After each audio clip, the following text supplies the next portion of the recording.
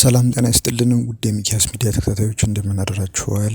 ለዕለቱ ይሆናሉ ያልናቸውን አጠር ያሉ መረጃዎችን ይዘን ወደ እናንተ ቀርበናል። በቅድሚያ ግን የዩቲዩብ ቻናላችንን ሰብስክራይብ በማድረግ አብራችሁን እንድትቆዩ በክብር ጋብዘናችኋል።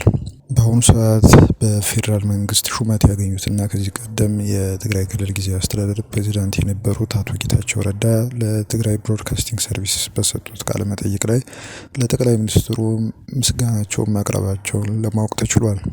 በዚህ ቃለ መጠይቃቸው ላይ ከትግራይ ተገፍቼ ወጥቼ ወደ ስደት እንዳልሄድ አገሬንና ሕዝቤን የማገለግልበት እድል ነው የተሰጠኝ። ይህንን እድል እንዳገኝ ላመቻቹልኝ የኢፌዴሪ ጠቅላይ ሚኒስትር ምስጋናን አቀርባለሁ ብለዋል። አያይዘውም የአፍሪካ ቀንድ ሰላም መሆን ከቀጠናው አልፎ ለኢትዮጵያ እፎይታን ይሰጣል ብለዋል።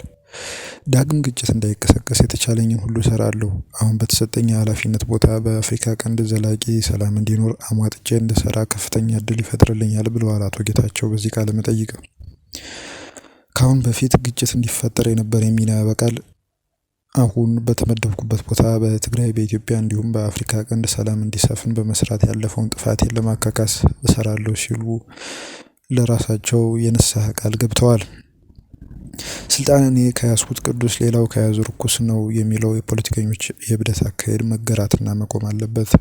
በዚች ሀገር በጠመንጃ አፈሙዝ በመታገዝ ስልጣን ለመያዝ ማለም ማብቃት አለበት ብለዋል። የትግራይ ጦርነት ለክልሉም ሆነ ለሀገሪቱም እንዲሁም ለአህጉራችን ትልቅ ትምህርት መሆን ይገባዋል ያሉት አቶ ጌታቸው ትግራይም ሆነች ኢትዮጵያ ካለፈው ግጭት ያተረፉት ምንም ነገር የለም። የትግራይ ፕሬዝዳንት ሆኜ በሁኔታዎች አለመመቻቸት መስራት እያለብኝ ያልሰራሁት ብዙ ነው ብለዋል። ትግራይ ተመልሼ መስራት ለከተማ መኖር ነው የምፈልገው ያሉት አቶ ጌታቸው የትግራይ ሕዝብ ሰላምና ደህንነት እንዲጠበቅ አቅሜን አሟጥጬ እሰራለሁ። ወደ ህወሓት ከፍተኛ የአመራርነት ቦታ የጠቆመኝ ያመጣኝ ስብሐት ነጋ ነው። አንዳንድ የፖለቲካ ክፋቶች ከስብሐት ነጋ ነው የተማርኩት ብለዋል። አሁን ያለው የህወሓት አመራር ከስህተቱ የማይማር ብቻ ሳይሆን ስህተቱን እንደ ሙያ ፕሮፌሽን የወሰደና የቆጠረ የደረቀ አመራር ነው በማለት ህወሓትን የነቀፉት አቶ ጌታቸው ህወሓት 300,000 አባላት አሉት በአመራር ግን የታደለ አይደለም ብለው ነቀፋቸውን ቀጥለዋል።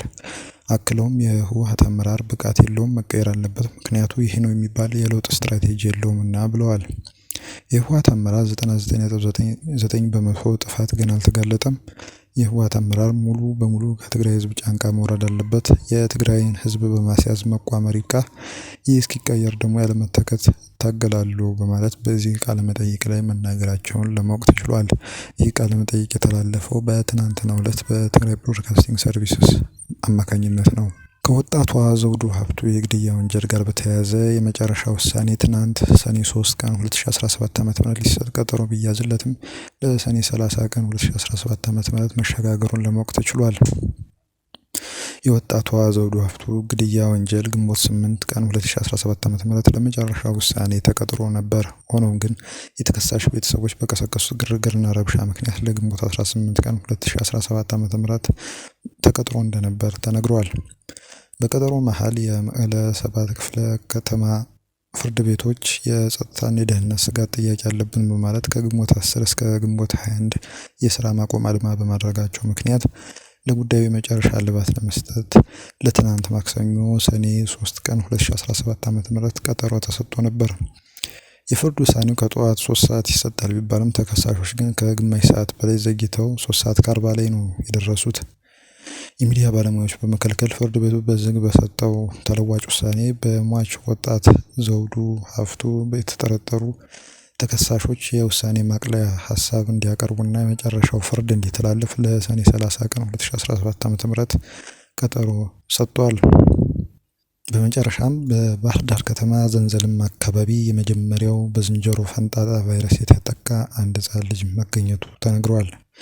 ይህም የምርመራው ናሙና ወደ አዲስ አበባ ተልኮ በተደረገው ምርመራ መሰረት በውጤቱ የዝንጀሮ ፈንጣጣ በዚህ ህጻን ልጅ ላይ መገኘቱን ነው ለማረጋገጥ የተቻለው። የዩቲዩብ ቻናላችንን ሰብስክራይብ በማድረግ አብራችሁን እንድትቆዩ ጋብዘናችኋል። መልካም ቀን።